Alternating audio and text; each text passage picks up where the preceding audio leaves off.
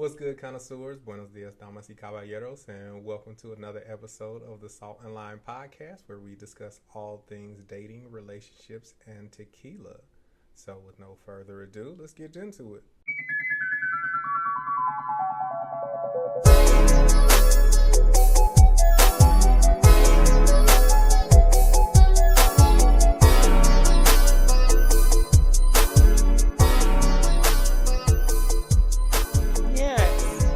Marcus, what tequila are we trying today? Today we are trying a tequila that goes against every fiber of my being. Mm-hmm. And why are we trying this tequila that goes against every fiber of your being? Because what was the discovery? We discovered that this tequila is 100% agave, as I originally thought was not the case. But now... And what did you call it before today? I called it gutter trash. I called it rail tequila. I called it sewer sludge. I called it swamp runoff. Okay, we get it. You didn't. You didn't care for it. I called it a lot of things. A lot of things. But what he didn't call it is 100% agave tequila made in Mexico. I can admit when I'm wrong. I love that. I still say think it again it's going though. to be Can I hear it again? I can admit when I'm wrong. I was wrong. I still think it's going to be garbage, though. But you can't say that because you haven't tried it yet. Which is why we're going to try it. My hopes are high now. Yeah. I have to admit, I wasn't going for quality when I got this. I was going for volume for parties and mixing for margaritas. But after learning what tequila is supposed to be, I felt bad about it until I read the bottle. And I'm like, hold up. Yeah. This says that might be some pretty good tequila. And we're going to find out today. We're going to find out right now. We're going to find out right now. So let's get into it. If I don't make it, it's her fault. You are so dramatic. Let's do it. I'm excited about this one. I have my reservations. Okay, you can have reservations as long as you still try it. Yeah, definitely. And I'm not totally against rail tequila. So explain what rail tequila is. So rail tequila is like bottom shelf tequila. It's a bar term. Okay. But it's basically used for mixing. So you don't really care about the flavor, about the quality or anything, because you're just going to mix it with a whole bunch of stuff to make a drink. But it's usually cheap, and it's usually not the best tasting if you drink it by itself. So I didn't pay a lot for it, but I have high hopes that the quality isn't equivalent to the amount that I paid for it. Well, but cheap is that. Cheap is you didn't pay a lot for it. You can buy quality things for cheap, though. Yes, you can. So I'm hoping cheap. It was cheap in price, and you can pay a lot of money for cheap things. You can. Yeah. I did not pay a lot of money for this. So we're going to find out. We're going to find out what it's all about. Cheap in cost or if it's cheap in quality. And I will say this, I can't believe all of that is almost, it must not be too bad because I've had some parties, but not a heck of a whole lot. And more than half is gone. And I haven't had any that I remember. Yeah. So it is Member's Mark, crafted in Mexico. 100% agave. Say it again. 100% agave. Okay. Traditional process, 4th generation. All right. Yeah, carefully crafted using 100% Carefully blue crafted. Carefully crafted using 100% blue agave from the heart of Mexico to provide blue agave smooth, versus green agave. Enjoyable tequila that is rail in nature. It does not say that. Like, I didn't read it all the way to the bottom, but I know it does not say rail in nature. You just made that up. I did. All right, well, let's get to it. All right. Salud. Okay. I didn't get any burn. It's warm. I got some burn on the back of my tongue. I got some burn on the way down. And now it's starting to burn in my chest a little. I have warm notes in my chest. And I'm not just saying this because of what we had previously thought about it. Yeah. It's much better than I would have thought, considering I've tasted multiple añejos. It's not full bodied, obviously, because it's a Blanco, but I do taste vanilla. Yeah. and it's somewhat sweet. There's a little bit of citrus, like right on the front of your tongue, just a little bit. But yeah, vanilla and citrus, and it's not terrible. That is not a glowing review of not. It's not terrible. It's not terrible. It is. It is smooth. But Did you expect smooth? I did not expect smooth. I didn't either, I honestly. expected it to bite me in the face. It didn't bite you in the face. It didn't bite me in the face No, either. it didn't bite me in the face. I didn't at get the all. burn that you got. It was very smooth. Yeah, but it was smooth going down, but there was some burn on the back of the tongue, some burn in the throat, and some burn in the chest. Would you recommend this as a mixer tequila? Your whole facial expression changed. I'm gonna need you to work on that. Yeah. Would you recommend this? Yeah, I would definitely recommend this as a mixer tequila. Yeah, I mean, if you don't want to pay a lot of money and you want to get a big ass bottle of tequila, well, that's kind of where I was when I got it. Yeah. I don't want to spend a lot of money, but I do want a big ass bottle, and I'm gonna mix it up and rock with it. But it's not bad. It's not bad. I would definitely not sip this. Like, I wouldn't pour me a cognac glass full of it or a whiskey glass. But you don't like blancos, to be fair. You like. So there are some añejos. blancos that I can rock with that aren't terrible. Aren't terrible is not a review. I mean, Luna Azul, they have a pretty good blanco. The Cuco X. The Cuco That's X what we blanco. tried the last time. Yeah, Okay. we tried that before. Yeah, that the was Cuco pretty X, good. that's Yeah. really good. But yeah, mostly I rock with añejos and reposados, but this isn't bad. That means it's pretty decent. Yeah. Okay, so we will say that this is a real option. Yeah. Okay, and speaking of options, that brings us to our topic today. Is marriage still the ultimate goal or just one option? Should marriage be the default or is it outdated? So I have mixed feelings about that, Okay. depending on the situation. Tell me more. If two people are just deciding to go through life together and, share experiences and things like that, I don't think that marriage is necessarily required for them to do that, for two people to just, be in love and roam the earth together and enjoy each other's company. But on the other token, we know statistically that families, when they are in the confines of marriage, the children do better and the family does better as a unit when it's within a marriage, when there's some sort of obligation for them to stick it out and stay together. Do you think it's healthy to stay for obligation?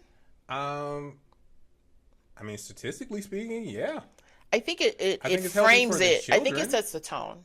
It sets the tone of a deeper commitment versus just my word. Like, my legal word is a little bit stronger than just my word today to you that I'm committed to it. It does definitely set a tone to it. Yeah. For sure. And I have seen those statistics too. Yeah. That it says children do better in the home where the parents are married. Yeah, and it makes sense. When you have two people who can give contrasting opinions and perspectives, and not necessarily contrasting, but just different perspectives, just a different point of view on things. People who have that available to them readily in the home always tend to be more well-rounded people.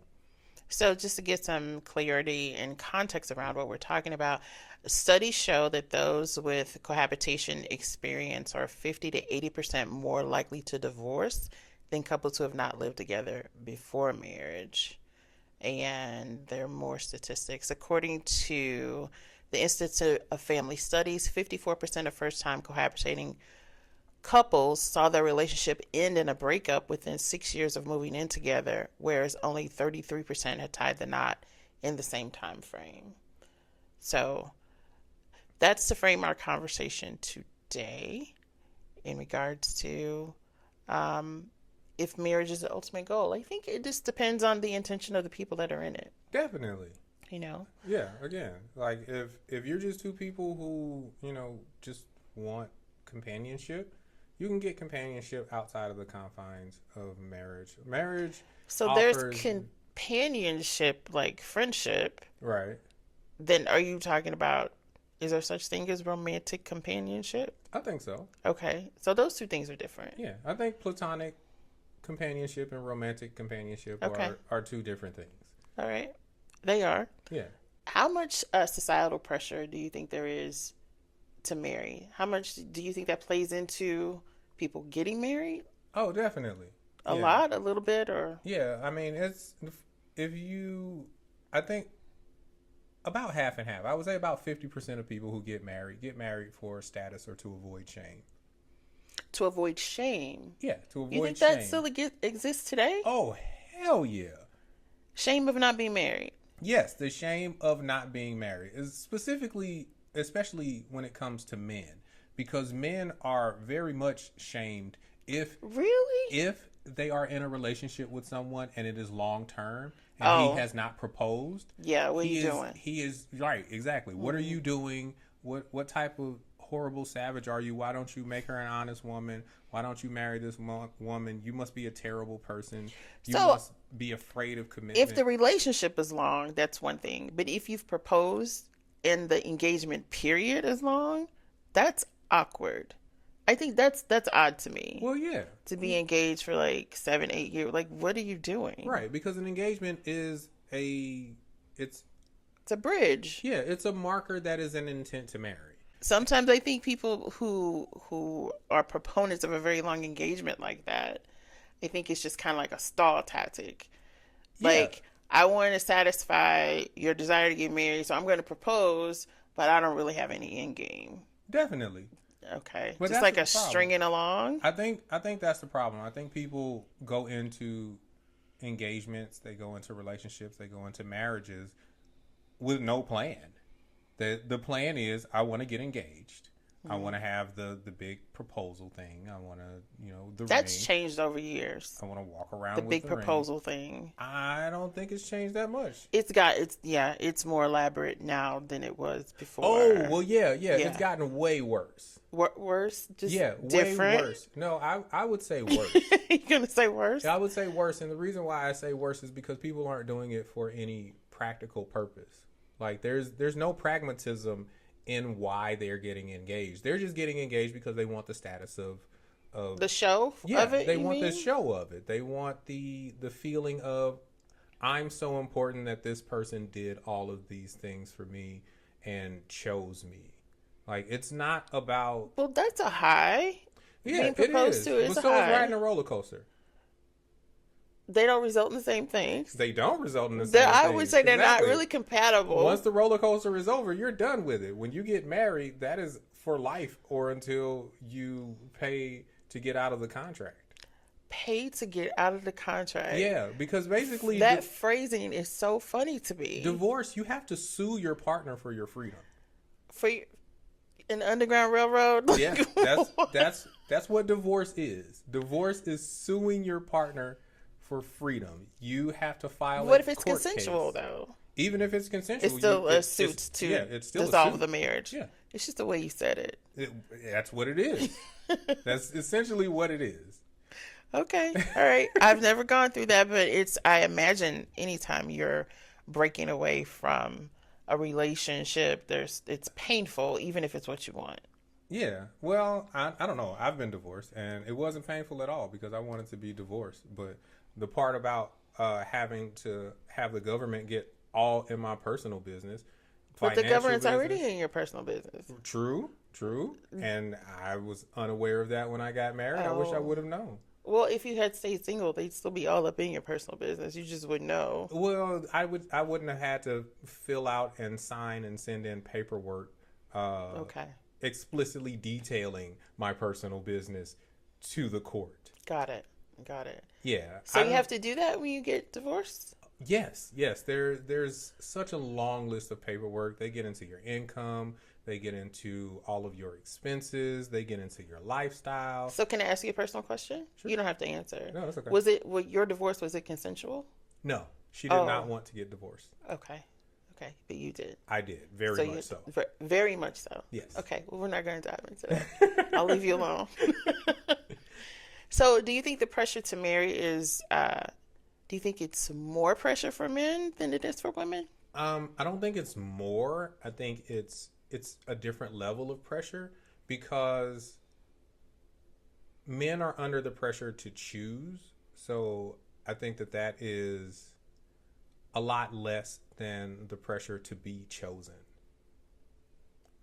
which is Let what me think women are about under. that. I think it's more pressure now.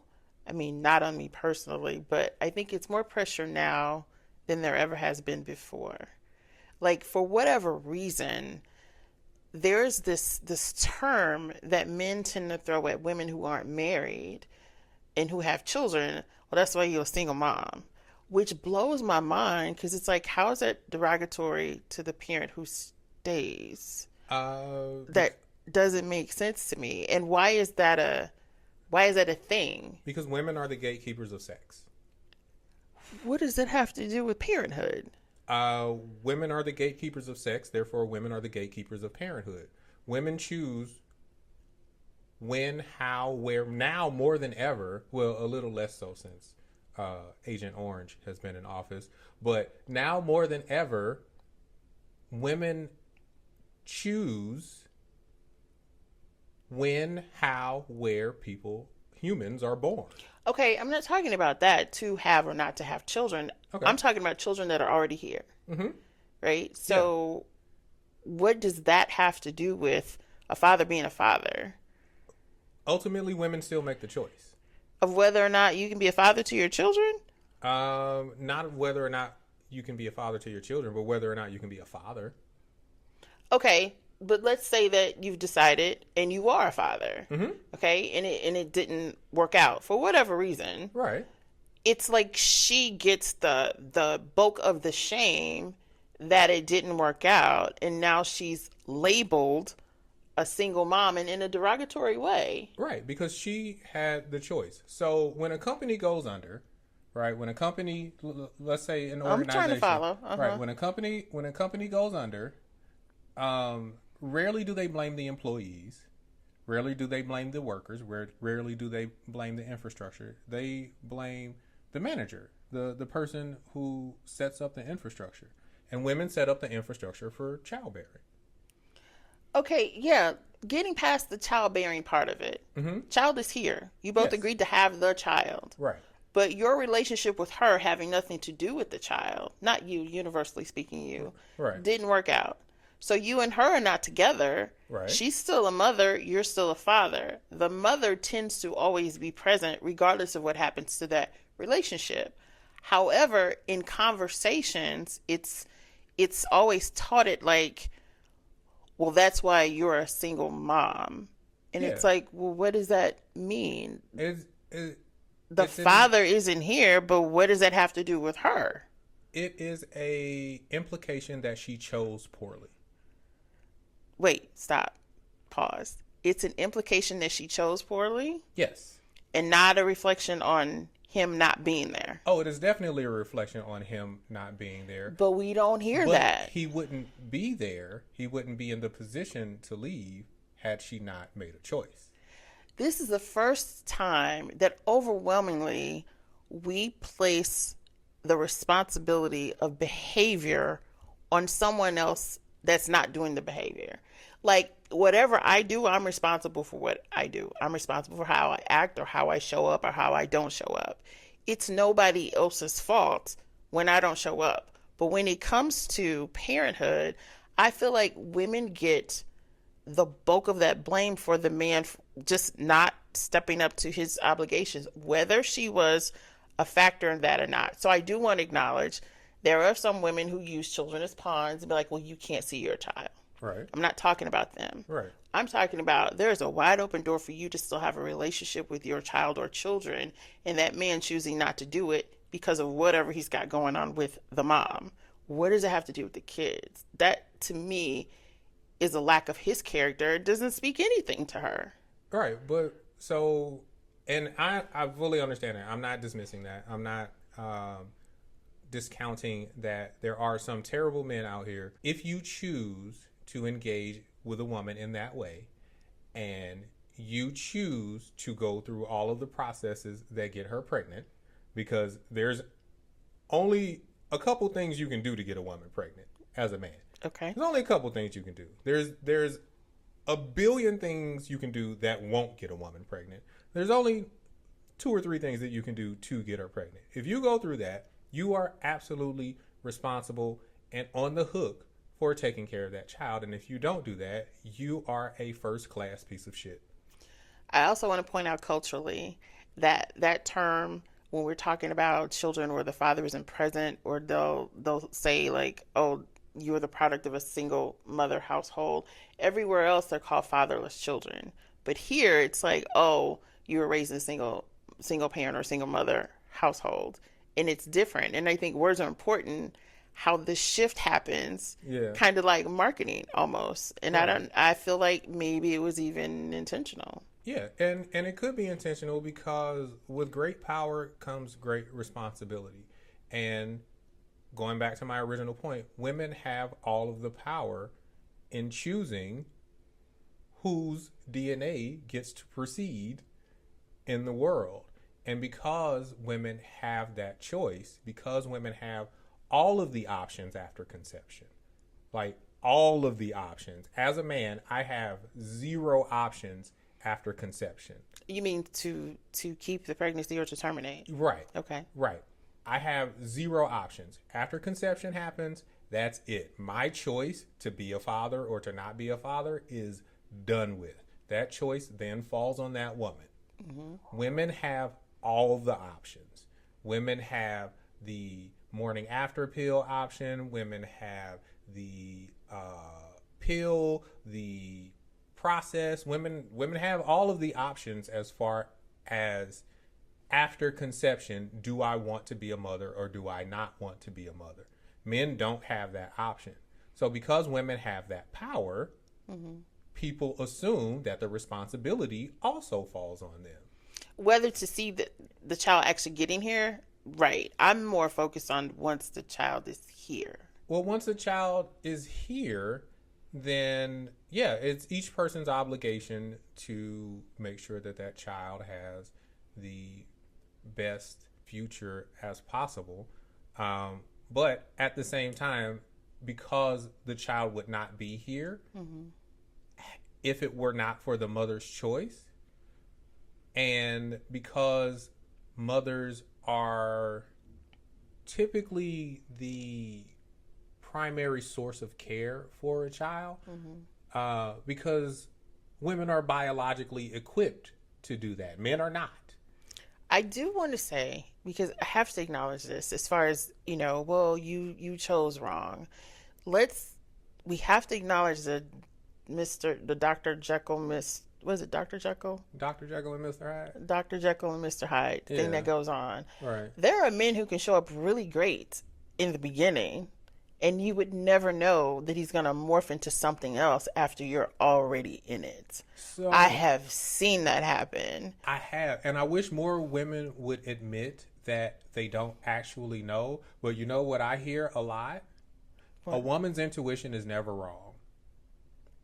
And my question is, if your intuition is never wrong, why didn't it kick in before you had a baby with him?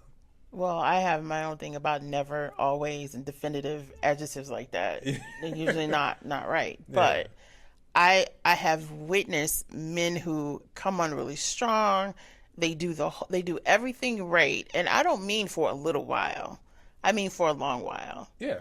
I've witnessed a man propose to a woman who didn't want to get married, pursued her like crazy, went and looked for rings and all this stuff, and he just was not who he was in the beginning, who he presented himself to be in the beginning. People are who they are, but the way he showed up was not how he showed up after the fact. Definitely. It's a minefield out here, and I think that instead of placing the blame on other people, because if you go out into the forest, there will be wild animals, and it's not the wild animals. Are you referring men to wild animals? I'm referring humans to wild animals. Okay. I'm referring human to hairless apes because that's what we are. Okay. But yeah, it's not on the wild animals to keep you safe. It's on you to keep yourself safe from the wild animals. That is your obligation as a person. Okay, I'm glad you said that. So now I want to step into something else. Okay. If it's up to we'll say women, to keep themselves safe from choosing wrong.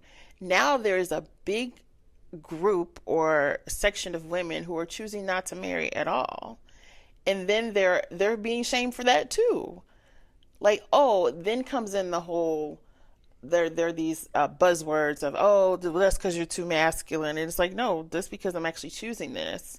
And then there will be men that will argue with her, no, you're not choosing it, you just can't get anybody. And it's like, look, I'm tired, I don't want to play this game, I don't want to be in the dating thing where I'm happy over here where I am, minding my business. I choose me, and that's it. Yeah, and if so, I've seen that, but I've also seen women project that and it not be true. Okay, I have to admit I've seen that too. Yeah, so And that, I think, is more of what do you call that?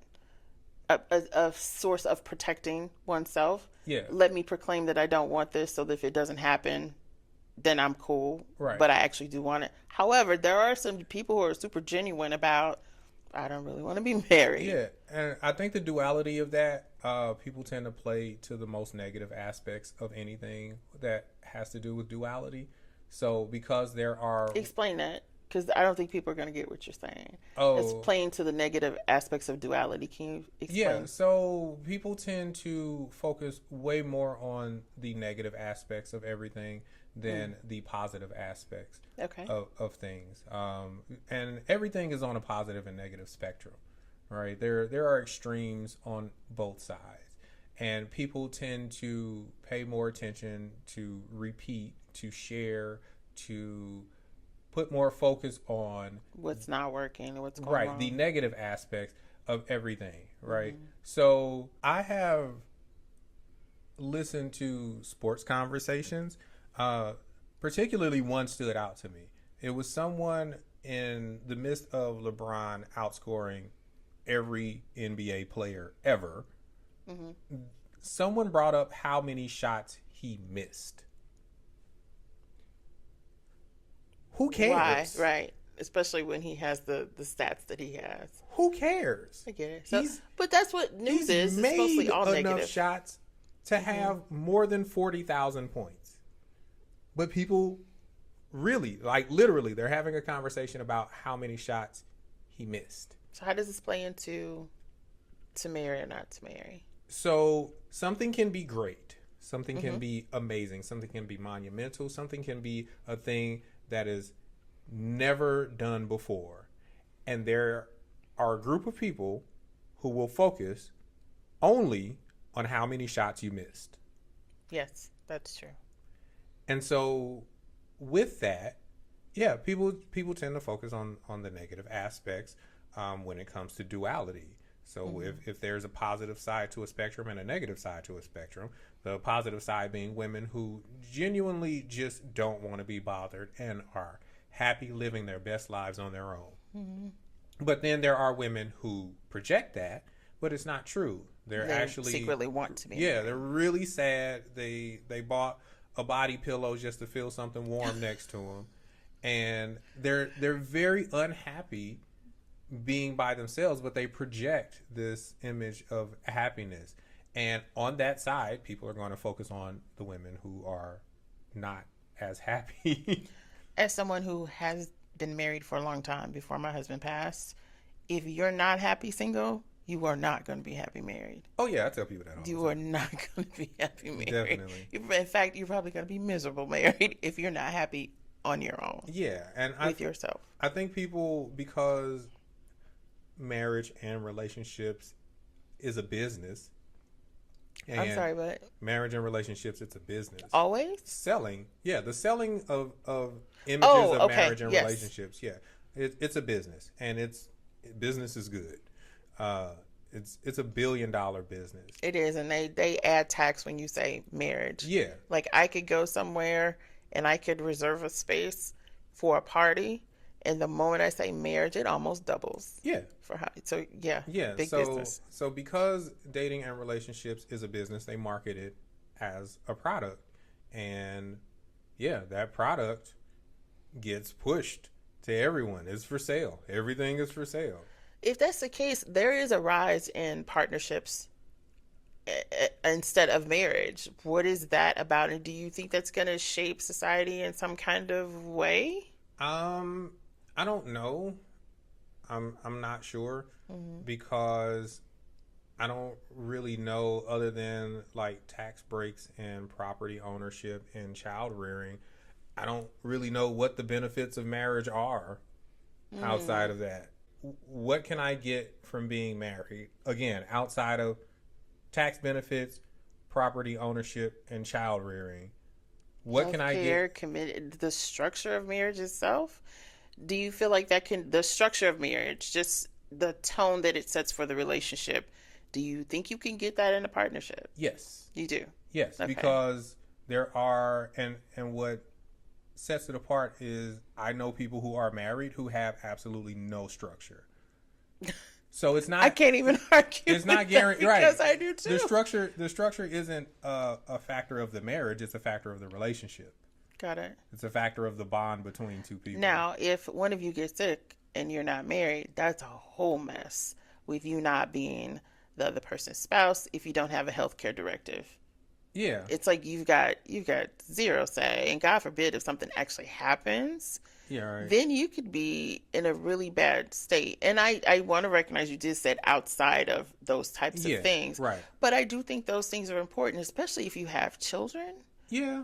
Exactly. Yeah. So again, the benefits and the tax benefits, property ownership, property over one another, power of attorney, things like that, children, all of that tied into it. Yes. And Get people who married. are highly spiritual and religious, they also want the covenant of God in their relationship because that's what they believe, and that's fine. I really believe in letting people live there and follow whatever journey that they have.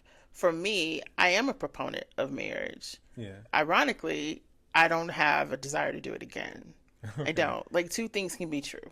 I Yeah. think it's great. I think it's great when it's done well Yeah. with the two people in it. I kind of discount the people who are proponents of the covenant of God, and the reason is if you are making a promise to God, right? If you are making a vow under God, why you got to get the government involved? The government got involved because you didn't always have to have the government involved. Yeah, but here's the thing: we could absolutely make this vow in front of God and not get the government involved. But I guarantee you, if I proposed that to somebody, um, they would probably turn it down. They would So let probably me say say, this. you know what? I definitely want to get the government involved.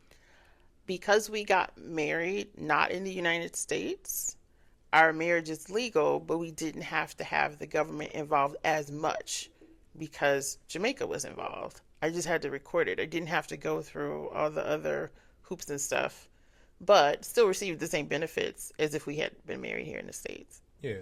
But okay. So is it, do you think it's more of an expectation now or a personal choice? Where are we headed with that? Well, I think that because of the Internet of Things, people have found out exactly what benefits are and are not present when it comes to marriage, and we have deeper insight on married people's relationships because people share everything on the internet these days.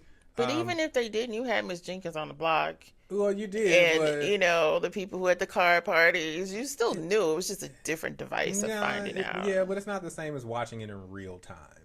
Okay.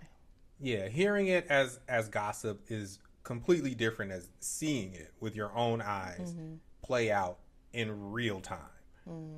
It kind of that kind of sets it in place a lot more than just the hearsay of the neighborhood. Well, that concludes our episode of the Salt Line Podcast. Please like, share, subscribe, and follow all of our social media at Salt and Lime STL. We are on all platforms. And check us out next week. See you next week.